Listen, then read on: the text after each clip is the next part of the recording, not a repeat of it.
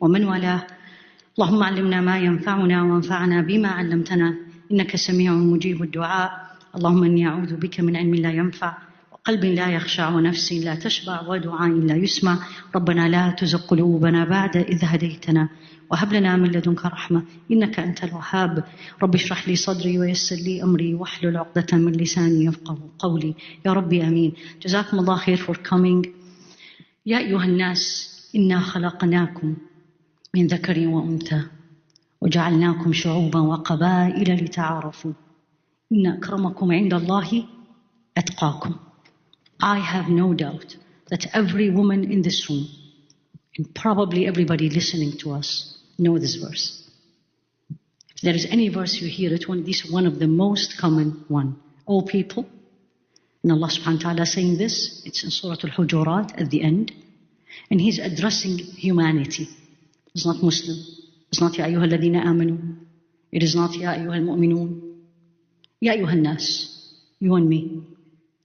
Inna Allah, we, khalaqnakum, created you, ذكر وأنثى, male and a female. وجعلناكم شعوبا وقبائل, and we have made you nations and tribes. Look around you. Look to your right and look to your left and how different we are. And if you still don't know we are different, then you didn't listen to the most beautiful talk I just heard. We need to listen a lot to these to live reality. And why did Allah do that? Every time I read this verse, I was like, is Allah not able of creating all of us? Same color, same shape, same length, same height, same eye color? Why? Two reasons. It's in the verse itself. One is obvious and one is hidden. The obvious, to know each other. First thing you all have to ask, and then I'll come to the best, because that's part of the best. How many people you know as a friend that does not fit your own description? That does not speak the same language, that does not eat the same food, that does not look like you, that does not share the same background. It's very little. Am I right? Wow, you have a non-Muslim friend? You have a white friend? I'm an Arab. You have a non-Arab friend? لِتَعَارَفُوا. This is why He created you and me in different ways. And He is able of creating us any way He wants, subhanah. Then the hidden, which comes to the best. The best among you, you all know, this is how you translate it actually, or the most honorable one. It depends how you want to translate. أَتْقَاكُمْ. The most honorable, the best among you, not women or men. Nothing to do with gender. Taqwa. Why am I wasting my time about I am a woman or I am a man? Did you get my point? It's not going to make any difference in front of Allah subhanahu wa ta'ala. Zero. If I am in front of Him, subhanah, He's not going to look at me, I am Haifa, or I am Muhammad. He's going to look at me as what?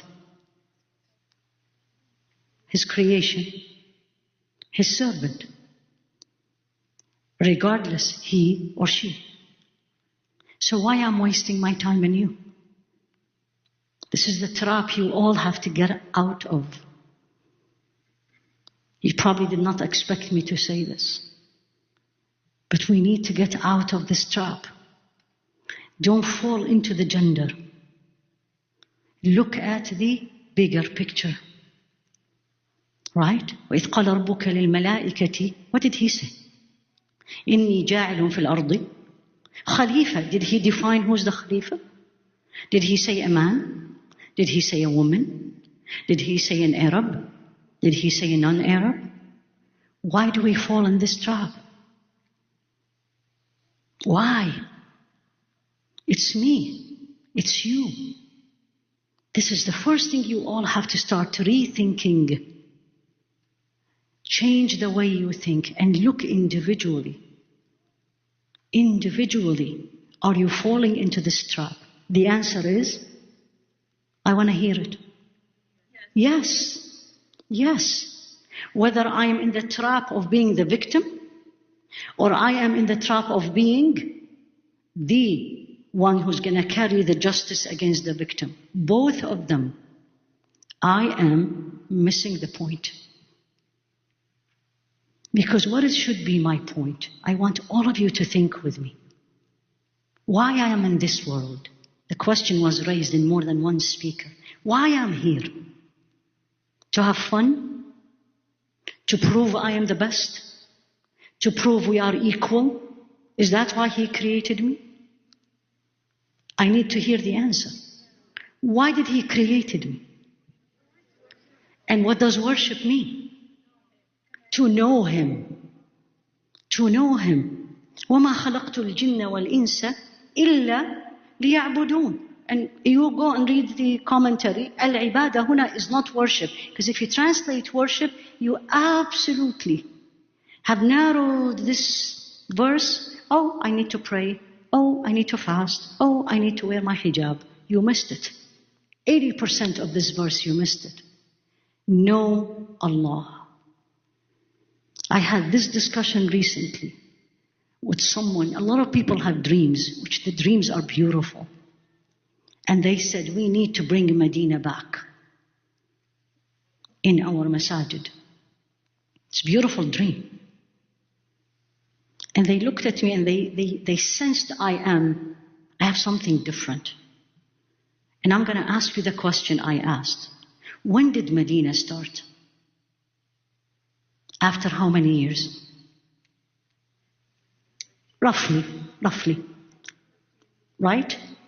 Why didn't Medina start first? Isn't Allah capable? And what was the difference between Medina and Mecca? Not the cities, the Muslim Ummah. As you heard, Al-Ansar, the helper, the lover, everybody loves each other. We don't need Medina. This is what I said. We don't need Medina. What do we need? Why? Because we don't have Him inside us. This is what Rasul ﷺ did in all his time in Mecca. Even Salah didn't come first. It's Ya ayyuhan nas a'budullah, a'budu rabbakum. Worship your Lord. Know who is your Lord. And this is our problem. And I'm not going to say it's a woman problem. I'm going to be very honest. It's a humanity problem. We don't know who's Allah. Right? If I ask you who's Allah, you're going to tell me He's the one who created me. But does you really believe He's the one who created you? Do you really believe in this? And I say, okay, give me another thing. And you're going to give me all the 99 names, if even more. And you say, He's a Razzaq. And I said, really? She looked at me. I was like, what did I say? I said, is He really a Razzaq? Is He really a Razzaq? I want to hear the answer. Really? Then why do you call somebody else when you need something? It's sad. It's painful. You just said He's a Razzaq. Why do you call someone else? You just said He's Al-Qawi. You give me any of the names you know. And then immediately He tests me and He tests you. Immediately. And I, without me knowing, showing Him, and He knows. But to show me how hypocrite I am in my tongue. He's a Shafi. He's the one who cures.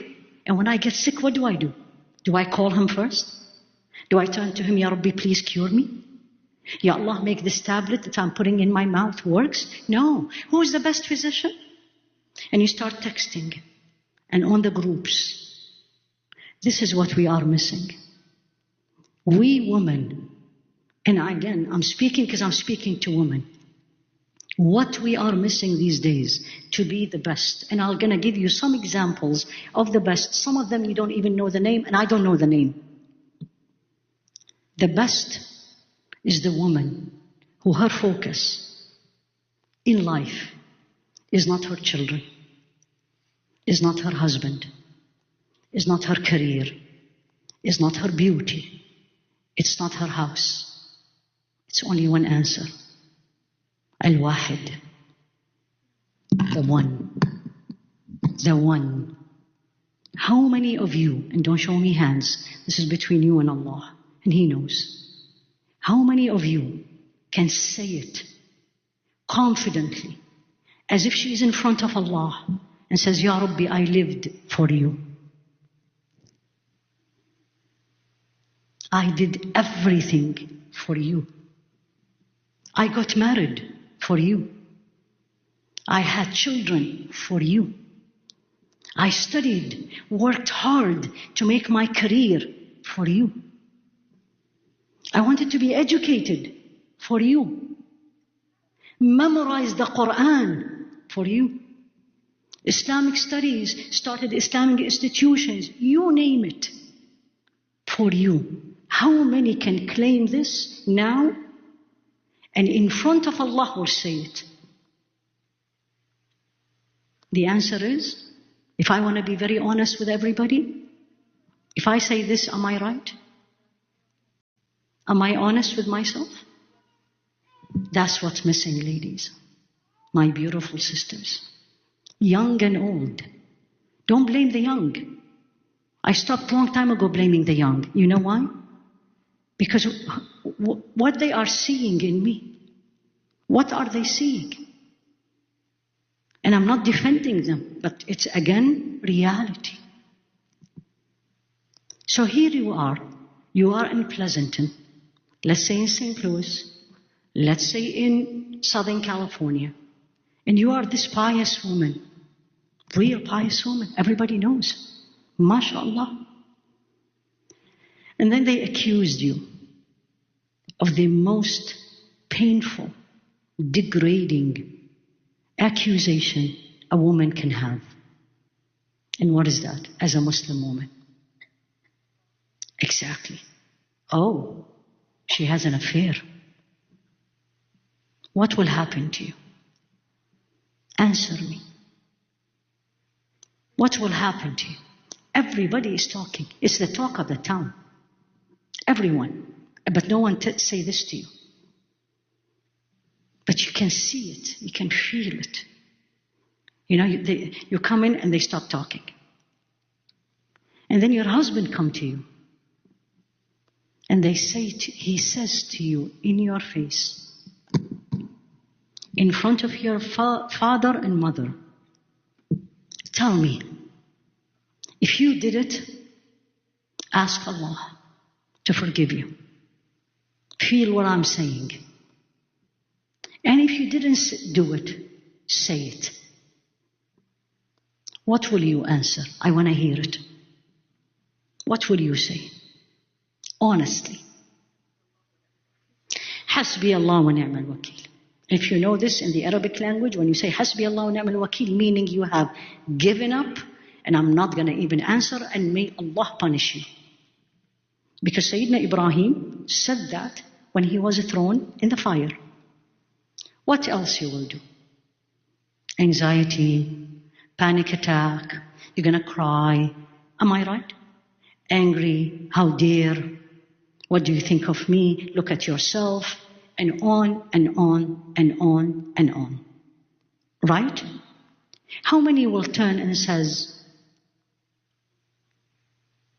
you allowed it to happen, Ya Allah. What are you teaching me? What do you want me to say? What should I do?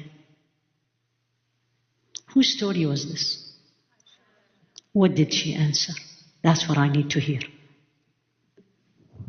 You all knew the answer. Alhamdulillah. That's the best. To me, this is the best. In all the stories of Sayyidina Aisha, everything you know about Sayyidina Aisha, this story, tell me what a strong woman should be, what a woman of Allah should be, and what a woman of opinion should be. What did she say? And who said that to her was Rasul alayhi salatu wasalam.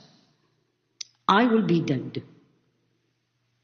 Every time I read this, I just can't imagine. I'm a woman, you are a woman. You know how painful is this? Let alone you're innocent, let alone it's coming from your husband, let alone your husband is the best of the creation. Alayhi salatu wassalam. What did she say? You need to memorize that statement. You want to be strong? You have your opinion? You want to be a woman of Allah? You want to be the best? What did she say?